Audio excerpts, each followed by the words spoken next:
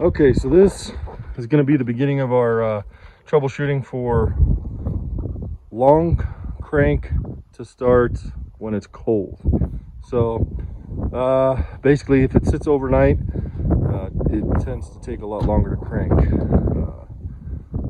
It does have a new oil filter standpipe in it, and we just replaced the ICP and the anti-drain back valve.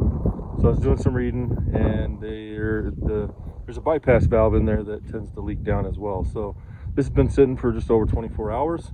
We're going to grab a wrench, pull that filter cap off, and see what kind of oil level we have in there and if it's draining down.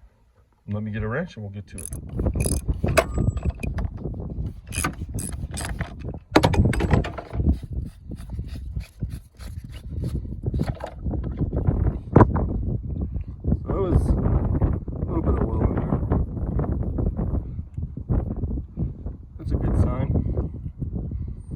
Not completely empty. Would have hoped there'd be more. So we'll put it back on.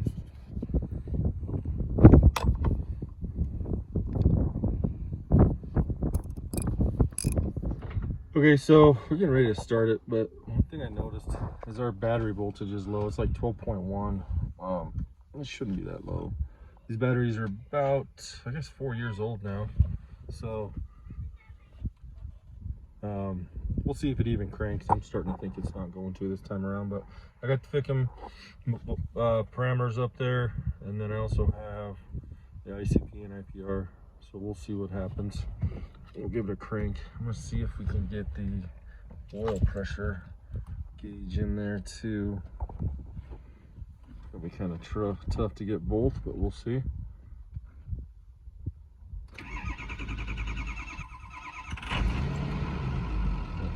That action wasn't too bad.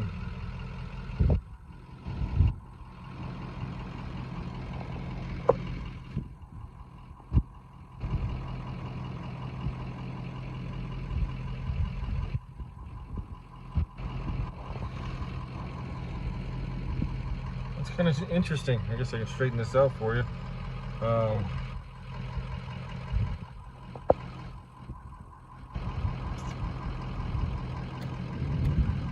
That wasn't too bad, all things considered. So maybe I'm looking at this as the wrong way.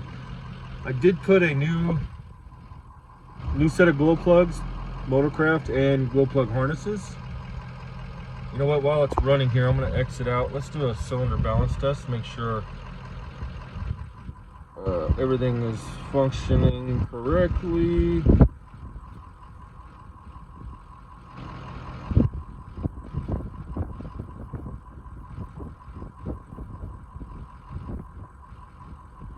Feels good. Oh yeah. So that's cold, so it looks like my injectors are working good.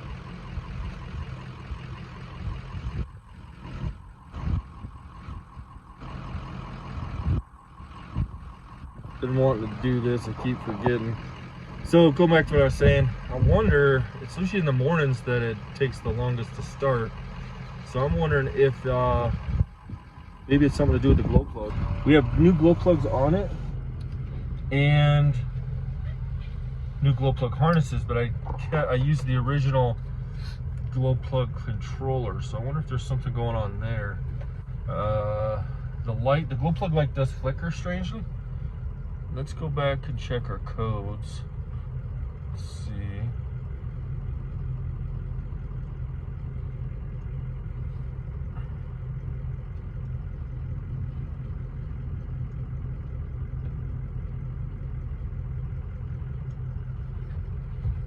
Oh, here's some, okay, this is what I was looking to do.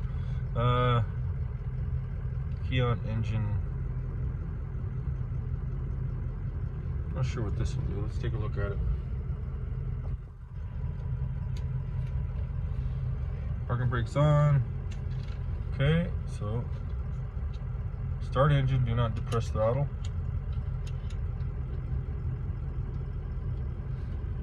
I've never done this test before, so we'll see how it works. Tried using my new scanner. X tool, and it won't connect. So as you can see, I'm back to using my auto. It's been fairly reliable. I don't have the screen record option on here, which is too bad, so you get a glare or you get my reflection. So it looks like we do have some faults. We got a glow plug module control circuit and glow plug module communication fault, so that's interesting. Let's see what the continuous memory codes are.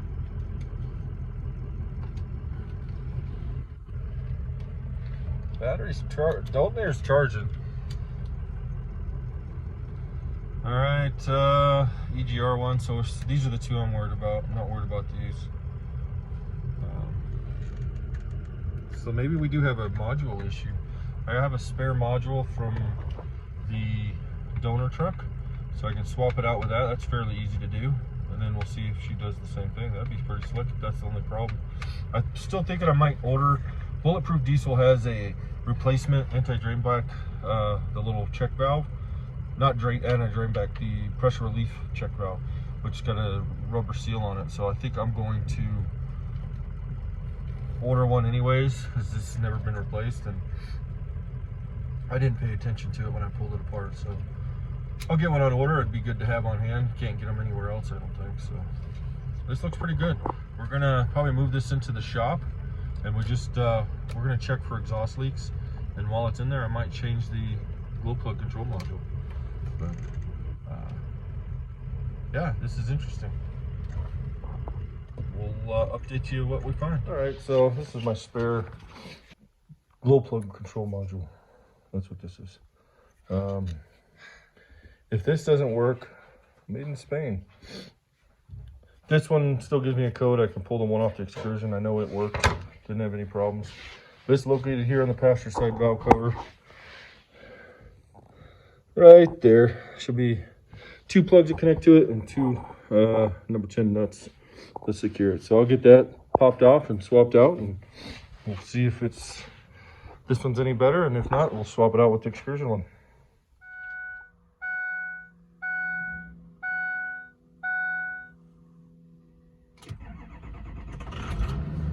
That was it. No white smoke. Okay, so just gonna give a recap. That was our cold morning test. It's probably in the 50s here. So I originally thought I had an oil pressure issue or oil drain back. It was causing a long crank when cold. So this is just after we put the engine in. Replaced the ICP, and then it worked good once, but then the next day it still had a long crank. But what I noticed is I was getting a lot of white smoke, and it smelled like fuel after it did fire. That kind of threw me for a loop, but I still wanted to verify my pressures. As you can see here, everything's pressured up properly. So yesterday I checked it after sitting for 24 hours, but it was later after I got off work, so it was like high 80s, probably close to 90 degrees out, and it fired right up, no issues. So then I started thinking, well, maybe it's temperature related. I replaced the glow plugs before I put the engine in, and the glow plug harnesses, so I didn't even think about that until then. I checked the codes, ran a engine running glow plug test, and sure enough, it was gave me 2 codes for a circuit failure on the glow plugs. So we pulled it in the shop, swapped out the glow plug controller with another one that I had as a spare off of a donor truck, and started it yesterday. It ran fine. The codes didn't come back. Ran the same test, so then I let it sit overnight. This morning it's probably about 52 degrees, low 50s. Just did this startup and no smoke, and it fired right up. So it looks like the issue was actually with the glow plug control module. So something to keep in mind. I would say the key giveaway on this symptom was I was getting white smoke after it would fire up. And it was a pretty good cloud to where I could get out of the truck, walk through the cloud, and be able to smell the fuel smell in there. So because of that, that should have alerted me to might be a glow plug issue, so keep that in mind. Okay, so we're gonna work on this trailer connection down here. Let's see what's going on. It keeps blowing the fuses, and with the fuse, you put the fuse in and the parking lights stay on even with the key off, switch off. So just looking at it, see if it'll show up on camera. You can see we got some bare wire. Looks like it was crushed in there pretty good. It's got some splice connections here and somewhere else up here, which I'm guessing is for the third brake lamp for the topper. Maybe they had some wiring or lighting inside. So I'm gonna see if I can take this connector off, inspect it, see how bad it is, if I need to replace anything from the spare truck. So all right, let me get this pulled off, take a look. Okay, so I just went ahead. It was actually easier. I couldn't get this unplugged from the back side. So I unplugged it from up here, which is right above the spare tire. But I think what happened was this plate got pushed back, which drove these wires up into the trailer hitch itself, causing the rubbing through on a couple of them. This one here is the splice that they tied into. I believe, like I said, for the brake light, third brake light, which doesn't work. We gotta fix it. I think it's just a bulb on that one, but you can see how they damaged it pretty good. That's why I've been like that for a while. So these wires were shorting out. So I'm gonna clean this up, try to reseal, and if I need to redo any of these connections, we'll get them all cleaned up. I'll plug it in and take it over. First, we'll see if we still have the issue with the parking lamps. If we don't, then we know that, fix that. And then next, I want to plug in our car trailer to see if all the lighting works on that and if the electric brakes will work. So I will have to put our electronic brake controller in here. This one should be pre-wired, but we just got a pigtail we can take off, something like the Excursion or the Land Rover, and plug it in. Let me see what I can do to fix these wires. We do have some corrosion on this one, so get some corrosion X in there, see if that helps clean it up. Take a look at this one. This one doesn't look too bad. We'll just clean everything up, seal up what we need to. Took this lock here, goes on this connector. If I can, I'll take it off, because I'd like to take all this off and maybe throw some paint on here so it's all wore off while we're working on the wiring. Okay, so went ahead and threw some paint on this. I primered it with some self-etching primer, and then some kind of flat black paint that I had laying around. Clean this up. None of the wires were cut through. They just wore down, so I think they're actually just grounding out to the trailer hitch that this bracket was bent up into. So individually wrapped each one. Then I did another wrap just to kind of give it some extra protection. Wrap this end up. And we got some Corrosion X sprayed in there. I'm gonna spray, once I got it mounted, I'll spray some Corrosion X on these two fittings to look for a boot or something to put on that. Yeah, we're gonna slide that on, plug it in, and so while I was letting the paint dry, I went ahead and connected this end and put the fuse back in. It's the number, I believe, 38. I'll confirm that, but a number 38 fuse underneath the steering column in the cab that controls trailer parking lamps. So it'd be your tail lights. What I found was my son was going through checking all his fuses before we did this, and that fuse was blown. It's a 20 amp fuse. So he swapped it out, and we parked the truck that evening and noticed with the key off, parking lights or a light switch off, that the tail lights stayed on. So we went ahead and popped the fuse, pulled the fuse out until we could figure it out. Then that's where we found the shorted out wires on this. So I just plugged this back in while I was waiting for the paint to dry. Put the fuse in, 20 amp fuse, and everything, the lights didn't come on, so that's good. They come on with the switch now. We backed it up to the car trailer and plugged in that, and we tested brake lights, turn signals, and tail lights, and everything works good. So looks like that was the problem. Nice easy fix, just some electrical tape and some, oh, I didn't even need to paint that, but it was easy and I like painting. So all right, so now I'm gonna go ahead and bolt this back up with the 4 screws and mount it back on the truck. Okay, so here you can see I got it mounted. There was just one bolt holding this one on, and then it actually bolts to the bumper itself, which is interesting. Then we have, you can see how it wouldn't take much to get this bent back and rubbed up against it, but that's what was rubbing up against it. This one unplugged.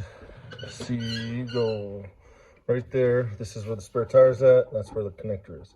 Now I checked my 2006 Super Duty chassis that has a hitch on there. This is not there. It doesn't have a connector. That wiring harness is all one piece, so you'd have to cut it and splice it in. But let's see what she looks like. There's our trailer hitch connection, all ready to go. I got some corrosion X on the connector. I'll look for a boot, but yeah, I think it turned out pretty good. Doesn't look rusty. All right, back to the next thing. All right, so working on the tow haul issue we have. Our tow haul button doesn't work. You can tell that it's missing a little ring around it, but I know these are common to pinch or cut the wire inside there, so we're going to go ahead and inspect it first and see what we got. Go from there. So to get this off, we got to take this off. This will unscrew. Some might be tighter than others. So we unscrew this all the way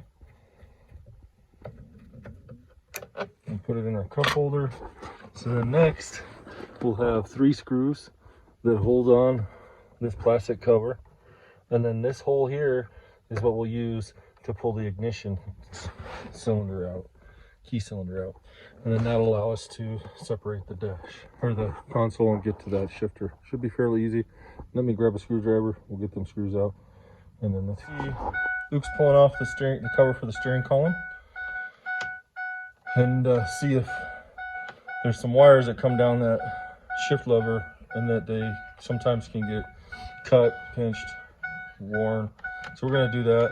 He's taking, there's 3 screws on the bottom, and we're going to take this off, tilt the wheel down, and be able to pull that cover, and then we'll pull the ignition cylinder out too. And we should be able to get a good view of it. Okay, sorry for the bell. So I pulled out 2 screws, this one and this one. Before I pull out this one up here, I'm going to disengage my lock cylinder. That way I'm not fighting this plastic. What I find it works good is I take a Torx bit, a Torx screwdriver, and this is a T20. Seems to fit in there real nice.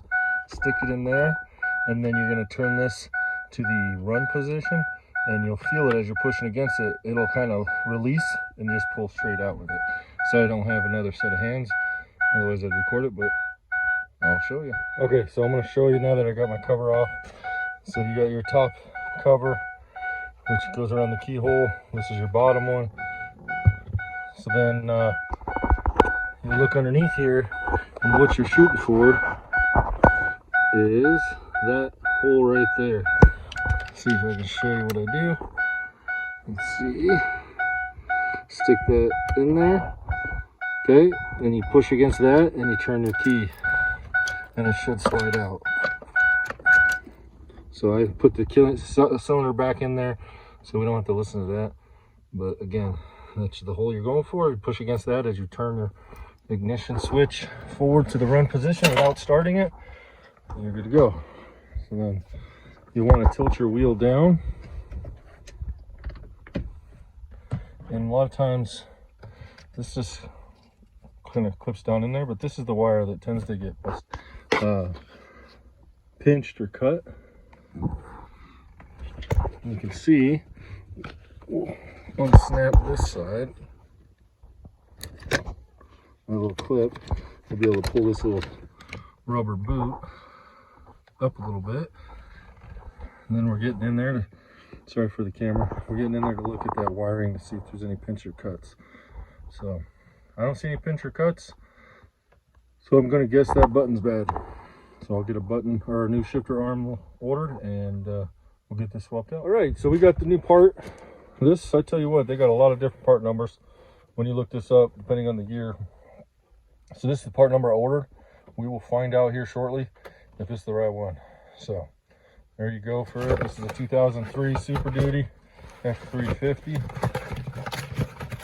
And I bought the Ford part. You can get it Dorman, I think, for half the price. I think I paid from a Ford dealership online 72 or 62. I'll look and check. This is it. So you can see we got our new connector, tow haul button. So I'll pull off the old one. We'll set this on the tailgate next to the old one, and we'll see. To pull this off, you can see that there's a little, that hole there is what holds this on. So we pull this up, there's a pin right here. So I'll use a punch and drive that pin out, and then we should be able to swap this out. All right, so we got the old one out. Super easy. Like I said, I just used a center punch and tapped it on this end, and it went right through. Grabbed it, pulled it out. Here's the old one. You can see it looks like the original shifter. So we got, what, 12 years out of this one? I'm doing my math right? I'm not, am I? 22 years. 21, 22 years. And this one is our new one. So you can see it doesn't have a manufacturer date on it, but everything else looks the same. We checked the connector, 3-pin there, 3-pin there. Put it next to each other. They look identical. So we will get this new one installed and see if that fixes our problem. All right, putting it together was super easy. Like I said, you just put that pin in, tap it lightly with a hammer. She goes right in. This is the center punch that I used to drive it out. So, all right, we are gonna, you got the one connector here. It goes right to there, and then you just tuck it in, make sure nothing's gonna get pinched. And this little eyelet here will sit down on that stud right there at the top of my finger, and the other side's got a clip. So we do the clip first, then the stud. We'll get that on there and go. Got it plugged in here. I just rerouted it so the wire came off the front of it. It was just trying to go to the back. So I think that's the easiest way where it's not going to get damaged or worn. And we'll go from there. We got this side clipped in right there. Now we'll put it all together and see how she works. Dennis helped me today.